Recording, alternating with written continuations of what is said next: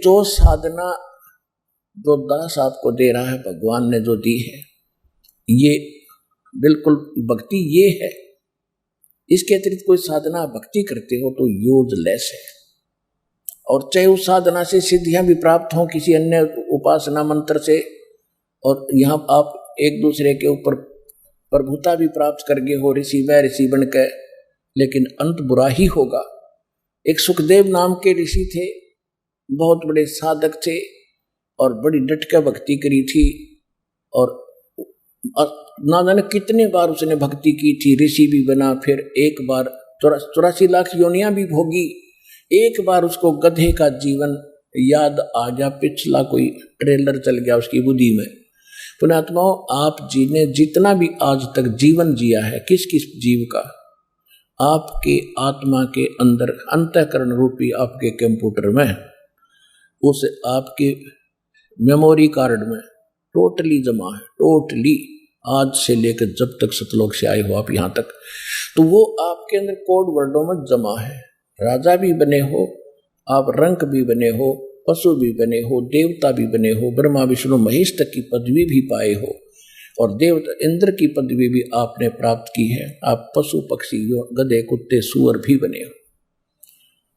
तो जब भी आपकी कभी कोई वो किसी कारण से खुल जाती है, कोई भी किसी जन्म की थोड़ी बहुत झलक, तो आप देख सकते हैं। कई बार आप स्वप्न देखते हैं, स्वप्न में ना जाने कहाँ से जा रहे होते हो, पहाड़ों के ऊपर से घूम रहे होते हो, तो ये कभी पक्षी बनकर आप घूमे थे, वो आपको याद आ रही है। तो सुखदेव ऋषि को एक बार याद आया कि वो अंधा गधा बना, कुम्हार के पजावे पर पजावा होता था, जहाँ पर वो ईंटें बनाता था, कुम्हार बनाया करता था पहले, और फिर वो ऊंचा ढेर बन जाता था राख का, उसके ऊपर लगाता लगाते ऊपर चला जाता था। तो वहां से कुम्हार गधे से नीचे से कच्ची ईंटें ले जाता है, उसके ऊपर लाद के, और फिर 50-40 फुट ऊंचे पजावा, क्योंकि पहले क्या करते थे ये कुम्हार लोग, थोड़ा सा क्षेत्र होता था इनके पास 100, 200, 400 गज का, तो उसके उसी में भट्ठा लगाते थे, और जो लकड़ी की राख बनती थी उसको वहीं रखकर उसके ऊपर फिर लगा देते थे, उसको फिर वहीं रख के उसके ऊपर फिर लगा लेते थे। वो राख का ढेर बन जाता था, उसको पजावा कहते थे, और फिर ऊपर लगाते थे।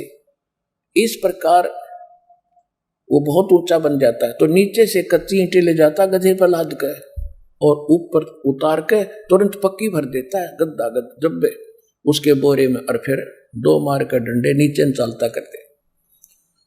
तो कहता है सुखदेव ऋषि कह रहे हैं कि एक बार मैं गधा बना और ज्यादा काम किया, दिन रात मेरे से काम लिया, कि जिसका आज हम रिश्वत ले रहे हैं, अगले जन्म में गधे बनकर या कुत्ते बनकर, भैंस गाय बनकर वो देना पड़ेगा, घोड़े गधे बनकर।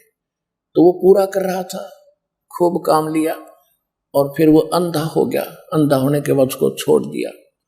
वो रास्ते में जंगल में चल पड़ा, एक पगडंडी की अटकल सी करता हुआ।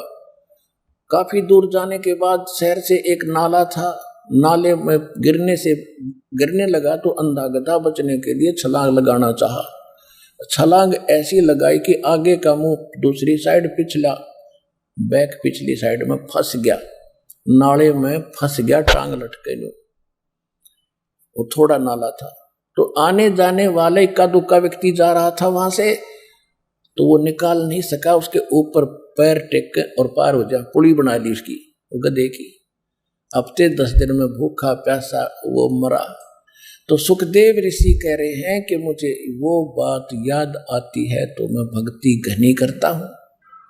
और भक्ति कौन सी करता है? वही करता है जिससे पहले करके राजा बना, देवता बना, इंद्र बना, फिर गधा बना। वो साधना करके भी जीवन विफल है। तो क्या कहते हैं? सुखदेव ने 84 भुगती बना पजावे खरवो, तेरी क्या बुनियाद पराणी तू पेंडा पंथ पकड़वो।